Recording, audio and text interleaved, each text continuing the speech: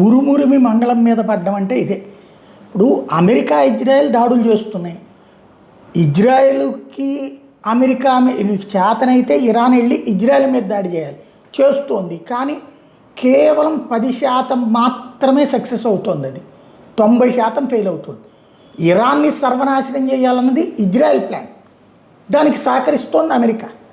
చేతనైతే అమెరికా మీదకెళ్ళి దాడులు చేయాలా, లేదా పోనీ అమెరికన్ యుద్ధ నౌకలు యుద్ధ విమానాలన్నీ అక్కడే ఉన్నాయి కదా దగ్గరలో, వాటి మీద దాడి చేయాలా, లేకపోతే ఇజ్రాయెల్ అంతు చూడాలి. వాళ్ళనేమీ చెయ్యలేక మన దిక్కుమాలిన ఎకోసిస్టమ్ మన దేశంలో కూడా పిచ్చి సన్నాసులు ఉన్నారు కాబట్టి ఇరాన్ చేస్తుంది గొప్పదని ప్రొజెక్ట్ చేస్తున్నారు. ఎవరినెవరు నాశనం చేస్తున్నారు? ఇప్పుడు ఇరాన్ వెళ్ళి దాడులు చేస్తుంది గల్ఫ్ దేశాలను, అంటే ఒక ముస్లిం దేశం ఇంకొన్ని ముస్లిం దేశాలు నాశనం చేస్తుంది. ఇజ్రాయెల్ మీద చేస్తున్న దాడుల్లో కి 100 రెట్లు ఎక్కువ చేస్తుంది. దుబాయ్ మీద 52% మిసైల్స్ ప్రయోగించింది. అలాగే బహ్రెయిన్ మీదన, కువైట్ మీదన, అట్లాంటి దేశాల మీద చేస్తుంది. వాళ్ళు ఏం చేశారు? వాళ్ళు ఏమైనా యుద్ధం చేశారా? వాళ్ళు ఏమైనా ఇరాన్ నాశనం చేశారా? ఇరాన్ ఆ దేశాలను నాశనం చేయడానికి హౌతీ తీవ్రవాదుల్ని, హెజ్బుల్లా తీవ్రవాదుల్ని వాడింది ఇన్నేళ్ళు, హమాస్ తీవ్రవాదులు. ఇరాన్ చేసిన దరిద్రానికి విక్టిమ్స్ వాళ్ళు. కానీ పాపం వాళ్ళల్లో చీము నెత్తురు లేదు, దమ్ము లేదు. కాబట్టి ఇరాన్ ఏం చేయాలన్నటువంటి ప్లానింగ్ లేవు. అమెరికా బెచ్చం మీద డబ్బులు తగలేసి వాళ్ళ దగ్గర అమెరికాని నమ్ముకుంటూ బతికారు. అమెరికన్ ఎయిర్ బేస్లు పెట్టుకున్నారు. అమెరికా టైంకి వచ్చేటప్పటికి దాని దోవన అది చూసుకుంటుంది. అమెరికాని ఏమీ పీకలేక ఈ దేశాల మీద దాడులు చేస్తుంది. గల్ఫ్ దేశాల పోనీ ఏమన్నా అమెరికన్ ఎయిర్ బేస్లు అంటే కాదు, వీళ్ళ ఆస్తుల మీద దాడులు చేస్తుంది. ఇప్పుడు కూడా ఏమంటుంది? గల్ఫ్ ఆయిల్ క్షేత్రాలను ధ్వంసం చేస్తుంది. అంతేగాని అమెరికా ఆయిల్ క్షేత్రాలను ధ్వంసం చేయలేదు, ఇజ్రాయెల్ ఆయిల్ క్షేత్రాలను ధ్వంసం చేయలేదు.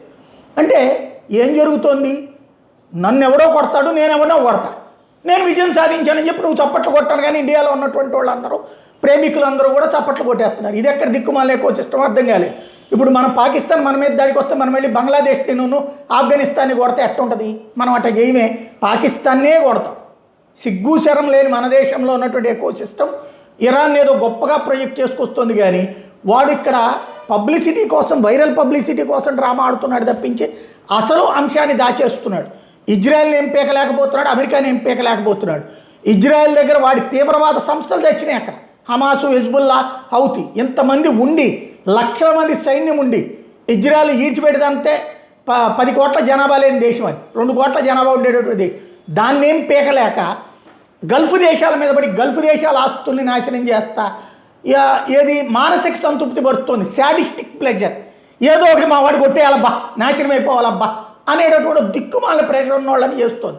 ఇప్పుడు దుబాయ్ లాంటి వాళ్ళు అమెరికన్ స్థావరాల దగ్గరికి వెళ్ళొద్దని వాళ్ళ ప్రజలకు సూచించారు, ప్లస్ జాగ్రత్తలు తీసుకున్నారు.